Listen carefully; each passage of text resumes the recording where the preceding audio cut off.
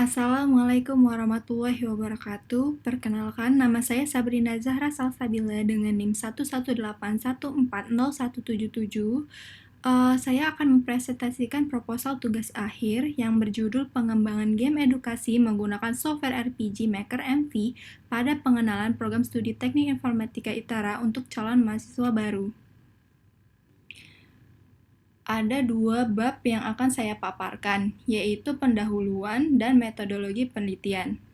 Pada bab pendahuluan, ada subbab mengenai latar belakang, identifikasi masalah, rumusan masalah, tujuan penelitian, dan batasan masalah. Sedangkan pada metodologi penelitian, ada subbab berupa metode penelitian, pengumpulan data, dan metode pengembangan sistem. Bab 1. Pendahuluan. Yang pertama ada mengenai 1.1 yaitu latar belakang.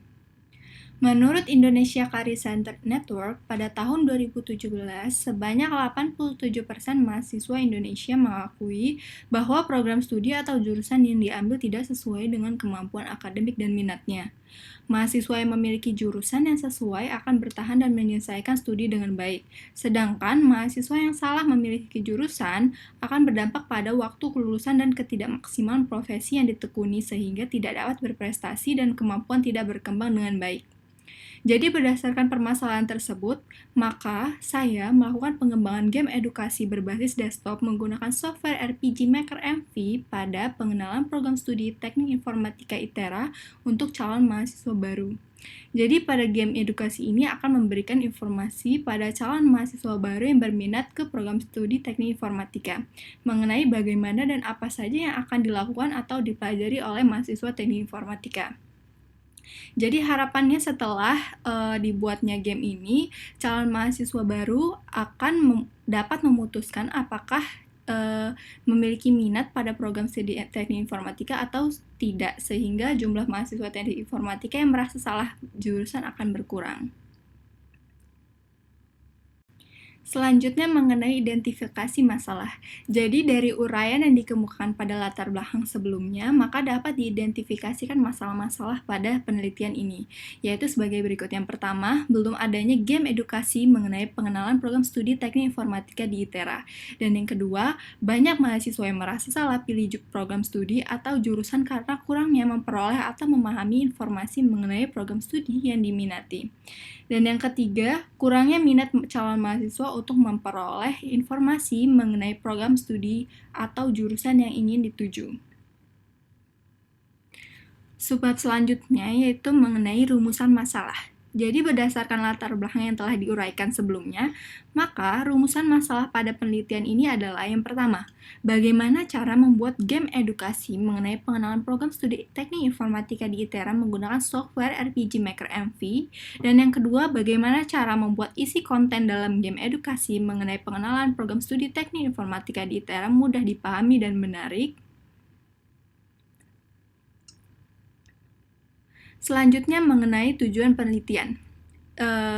Tujuan penelitian ini ada dua, yaitu yang pertama, membuat game edukasi mengenai pengenalan program studi teknik informatika di ITERA menggunakan software RPG Maker MV, dan yang kedua, membuat isi konten dalam game edukasi mengenai pengenalan program studi teknik informatika di ITERA untuk mudah dipahami dan menarik.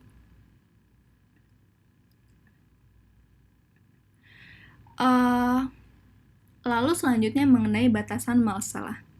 Jadi, agar dalam penyusunan laporan penelitian tidak terlepas dari tujuan, serta menghindari untuk adanya kesalahan dalam pembahasan dan penafsiran, maka dibuatnya beberapa batasan masalah, yaitu yang pertama, metode yang digunakan adalah GDLC atau Game Development Life Cycle, dan yang kedua, game dibuat menggunakan software RPG Maker MV, dan yang ketiga, game ini berjenis role playing game atau RPG, dan yang keempat, materi konten game ini mengenai pengenalan program studi teknik informatika di ITERA.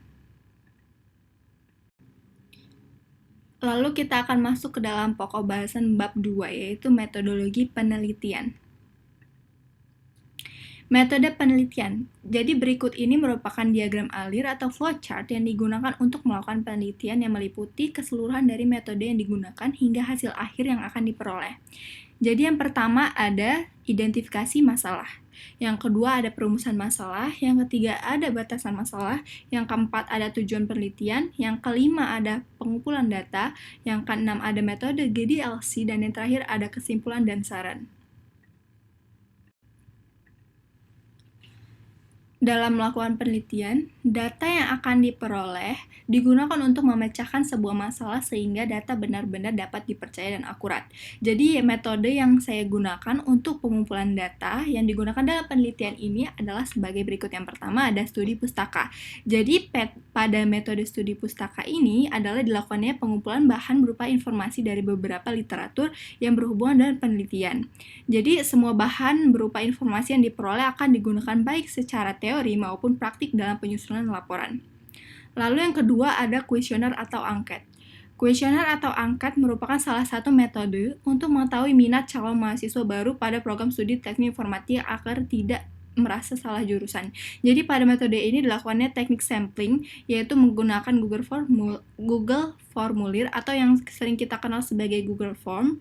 Dan untuk penyebaran kuesioner ini dilakukan dengan cara melalui aplikasi sosial media seperti Instagram dan WhatsApp. Lalu pokok bahasan terakhir yang akan saya sampaikan adalah metode pengembangan sistem. Jadi pada penelitian ini menggunakan metode GDLC atau Game Development Life Cycle. Jadi tahapan yang dilakukan diantaranya adalah inisialisasi atau pembuatan konsep. Ya, lalu pre-production, production, testing, beta, dan release. Yang akan dijelaskan sebagai berikut. Yang pertama itu inisialisasi. Jadi pada inisialisasi penelitian atau tahap awal dari game development adalah dengan cara menentukan ide berupa desain atau konsep mengenai game yang akan kita buat. Pada tahap ini akan menghasilkan konsep dan deskripsi game, lalu akan ke tahap selanjutnya yaitu pre-produksi. Lalu yang kedua, pre-produksi. Tahap ini merupakan tahapan yang sangat penting sebelum masuk ke tahap produksi. Jadi pada tahap preproduksi ini dilakukannya pembuatan maupun perbaikan dari desain dan prototipe game yang akan dibuat. Lalu untuk melakukan desain game adalah dengan cara menyempurnakan konsep game yang akan dibuat dan didokumentasikan. Lalu yang ketiga ada produksi. Jadi pada tahap produksi ini dilakukannya pembuatan source code yang disesuaikan dengan tahapan yang telah ditentukan sebelumnya. Pada tahap ini menggunakan beberapa aplikasi, yaitu salah satunya ada RPG Maker MV. Lalu mengenai pengujian. Pada tahap ini dilakukannya pengujian beberapa aspek seperti usability dan fungsionalitas game. Jadi pada tahap pengujian ini dilakukan oleh internal developer. Dan selanjutnya mengenai beta. Beta adalah tahap saat game selesai. Jadi dan dilakukannya pengujian oleh pihak ketiga atau disebut dengan beta testing. Jadi beta testing ini dilakukan untuk menguji game dan untuk mendeteksi berbagai error dan keluhan. Jika hasil dari testing ini belum memuaskan, maka dapat berpotensi untuk menyebabkan peneliti mengulangi tahap production cycle lagi. Dan yang terakhir mengenai rilis. Jadi rilis ini merupakan tahap di mana game yang dibuat setelah selesai dan lulus beta testing. Jadi oleh karena itu game yang telah dibuat dapat dirilis ke publik atau diserahkan kepada Institut Teknologi Sumatera sehingga dapat digunakan oleh calon mahasiswa baru.